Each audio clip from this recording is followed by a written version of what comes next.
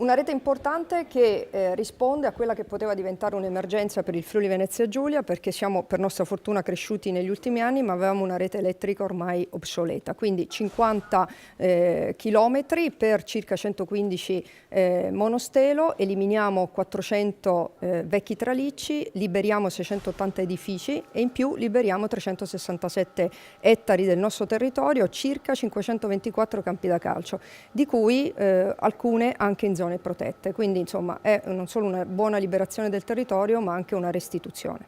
Amministratore delegato, che idea si è fatto del Friuli? Prima volta in visita? Non è proprio la prima volta, sono venuto in visita in quanto amministratore delegato. È una bella regione evidentemente, poi sono un amante della natura e quindi sono dei posti splendidi da vedere anche in Friuli.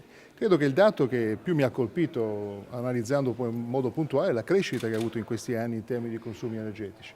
I consumi energetici sono un buon indicatore anche della crescita, della ricchezza della regione, del paese, e abbiamo più che raddoppiato in questi 30 anni i consumi. Quindi, come diceva la Presidente prima, direi che è un'opera doverosa che aiuta e agevola questo percorso di crescita che personalmente non posso che auspicare che continui. Ci sono altri investimenti in programma di Terna nel nord-est?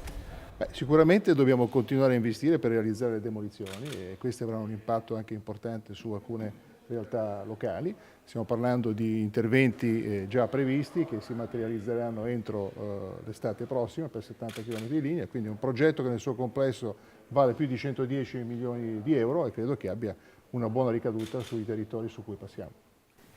Anche da un punto di vista ambientale?